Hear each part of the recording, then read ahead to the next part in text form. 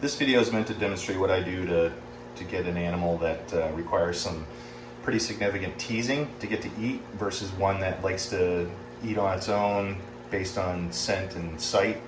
The way that I start, since it's morning, this animal's kind of sleepy, I like to wake them up a little bit first and get them reactive versus wanting to just tuck their head in. It's important to realize that when you do tease them, you need to be fairly aggressive with it, more so than I think most people realize. Because what happens is if you're not, they're going to be shy and tuck their head, and that's the way they're going to try and get away from whatever it is that's pestering them, versus getting them to the point where they don't like being poked and jabbed, and they're going to try and fight back a little bit. And it's when you start getting to that reactionary mode, you typically can get them to grab a mouse and eat it. It's kind of interesting that they switch from just like fight mode to, oh, I'm just going to eat this to get rid of it. But anyway, I like to start by waking the animal up first, just to get it reactive and awake. You can see this one is being shy. Again, I'm poking the lower half with the ends of the tweezers pretty hard. This one definitely needs some pestering to get it to the point where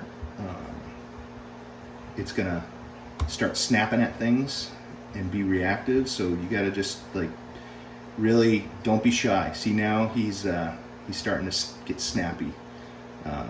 And what I do is I do the lower half first, and then I'll go up towards the upper part of their body, like near their head or behind their head, I mean, because that's another trigger point for them. And now that this animal is awake, and what they'll tend to do too is they'll put their head where the poking is. See, now he's getting really snappy. Okay. Now I'm going to grab a mouse and start doing the same thing. So the mouse is in warm water. I'm going to give it a quick roll on paper towel just to dry most of the water off. I'm going to hold it at the shoulders with the tips of the tweezers hanging down just enough so that I can continue this aggressive poking and get this animal to grab the food.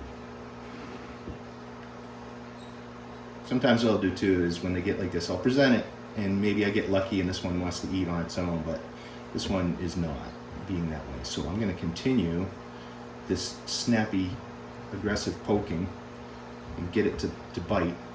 And you're probably going to have to do this a few times to get it to the point where it's going to grab it and wrap it. And sometimes I find you do the poking on the tail end, and then you can aggressively present it to their face as well. But you don't want to overdo it, because that can get them so that they're being shy again. So see, this one's wrapped, and that'll eat that mouse now. All right, that was a good one.